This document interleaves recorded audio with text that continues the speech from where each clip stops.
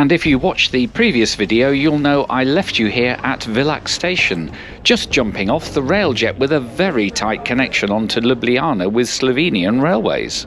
But with the prompt arrival of the railjet and with a spring in my step, here we are on the platform, and here too is our almost brand new Class 510 Stadler FLIRT EMU.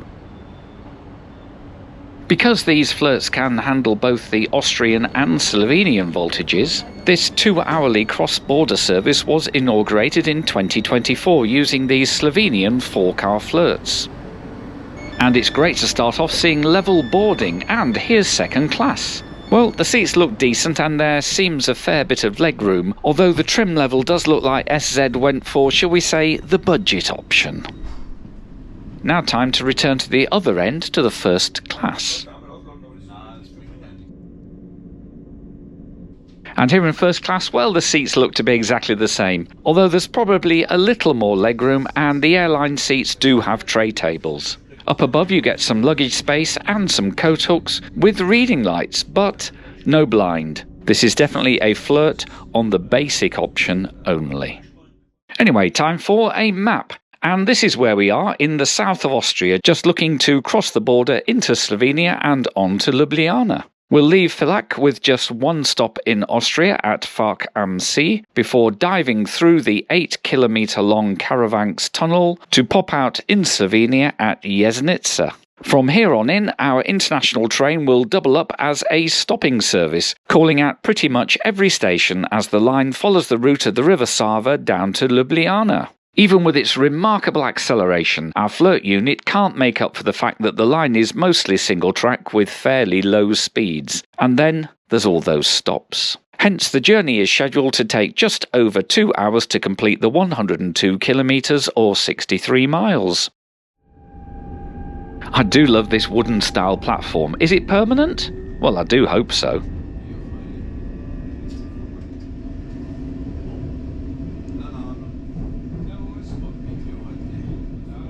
The line I just arrived on heads west and then swings north, but we are going to swing south, passing through Westbahnhof, where we'll also get a look at the ÖBB depot, where there's a night jet train and also quite a lot of locos.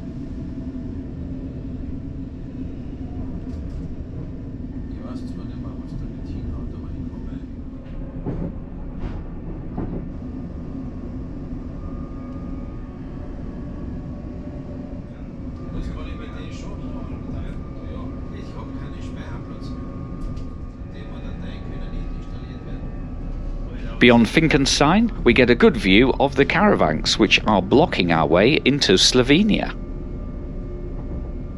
Villach am See is our last stop in Austria, and then we'll carry on through Carinthia heading for Rosenbach, and the entrance to the Karavanks tunnel.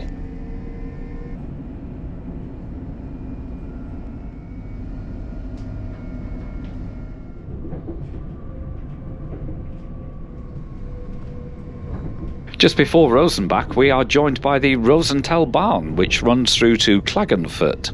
Although I don't think this track has any passenger trains, as I think they all terminate now at Weisselsdorf.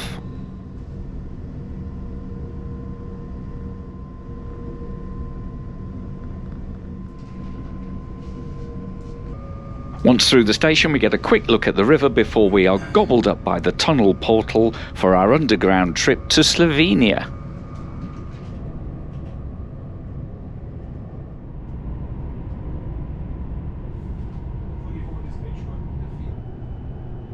And 8 kilometres later, we pop out into a new country.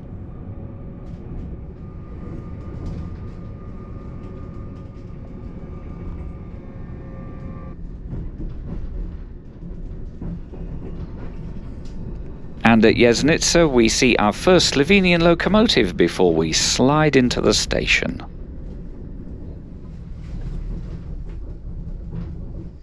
Turning off to the right here is a line I quite fancy a ride on. This is the Železnice to Sežana railway, and it runs down towards, well, Sežana, which is very close to Trieste. It takes over 3.5 hours for this little train to carve its way through the hills. Sounds idyllic. And of course, now we are in Slovenia, the stops will come thick and fast.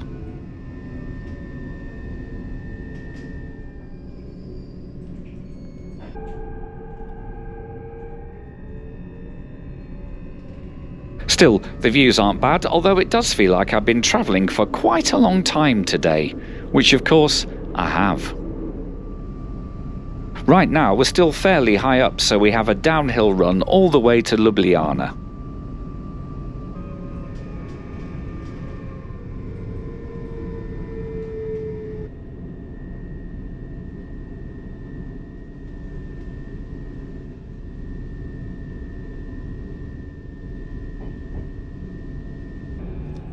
Judging by the look of Železnice station, there has been some investment in the line recently, which is great to see.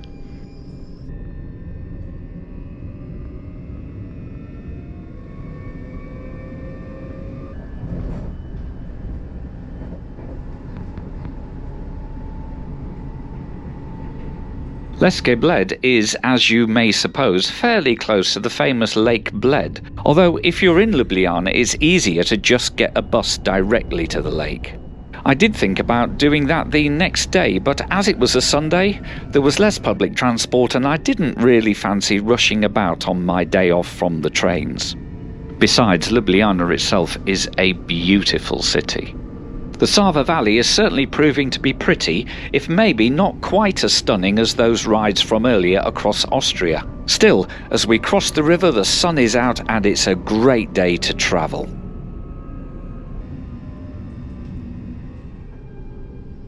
Otoča really is a gem of a station. How beautifully has it been maintained?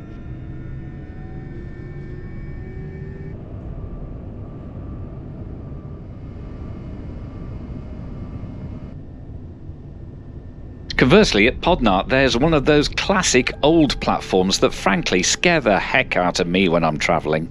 There really isn't any space between those yellow lines. Just like on the UK flirts, there is the slightly annoying support strut, but the seat has a small plastic tray table, and under the seat there is a power supply. Although, I think the table seats do look a lot nicer. And we're finally away and we can set about doing a run by the riverside. The Sava rises in Slovenia and is 990 kilometers or 615 miles long. After flowing through the Croatian capital of Zagreb, it will eventually feed into the river Danube at Belgrade in Serbia. A large portion of its length will also form the border between Croatia and Bosnia. Up here in Slovenia, its turquoise hue is truly stunning in the sunshine. It looks like it could be a cracking river to canoe down.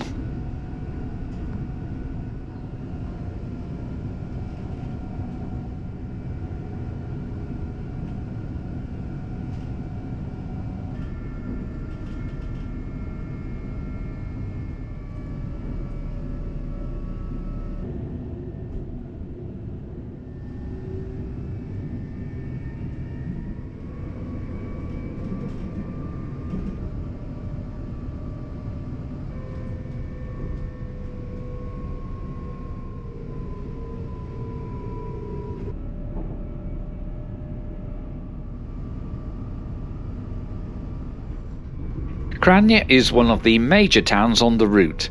It really is a beautiful town set alongside the river and well worth a visit, if of course you aren't racing around the country on trains all the time.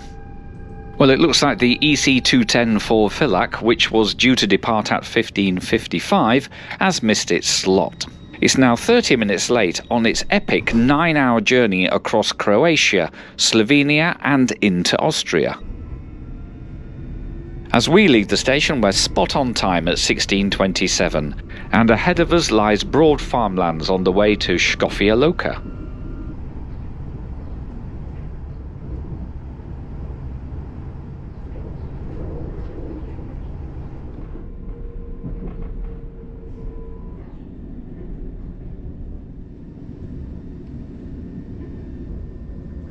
Škofja Loka is another pretty station, but there's a very skinny platform here too, so let's hope nobody steps back as we leave. I'm riding with my Interrail Pass, but if you book just a little ahead you can get a second class single for as little as €9.90. I think the first class isn't worth that extra, and I'm not surprised to find that now there's nobody sat in here except for me.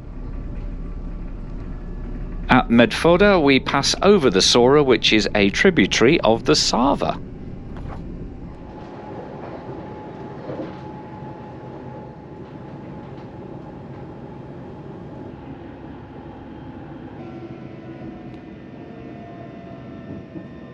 And soon the station names are prefixed with Ljubljana, and so we know we're fast approaching the capital.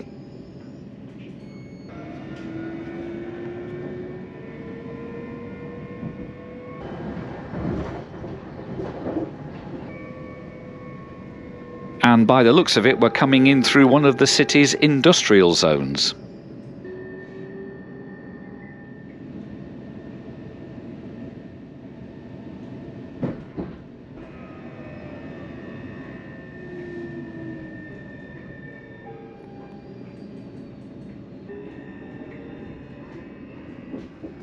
Litostroj station seems to serve Zak Stadium, home of the Slovenian Premier League team MK Bravo.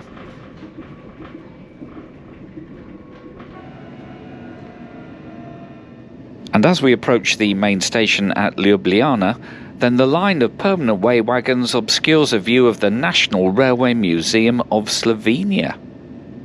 And just beyond that, the big white box is the Muslim Cultural Centre. Now, around the station everything looks to be a building site, but we do get a quick look at an old Class 664 which dates right back to the 1980s. And by comparison, at the platform is an almost new Stadler KISS double-decker from 2021.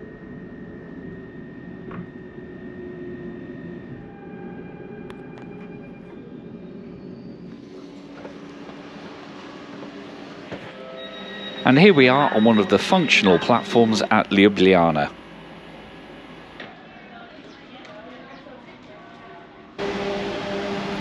And there's our train here at Ljubljana, and it's already marked up to go back to Villach, and it will depart at 17:15, which is in 10 minutes, so we'll stay and wave it goodbye.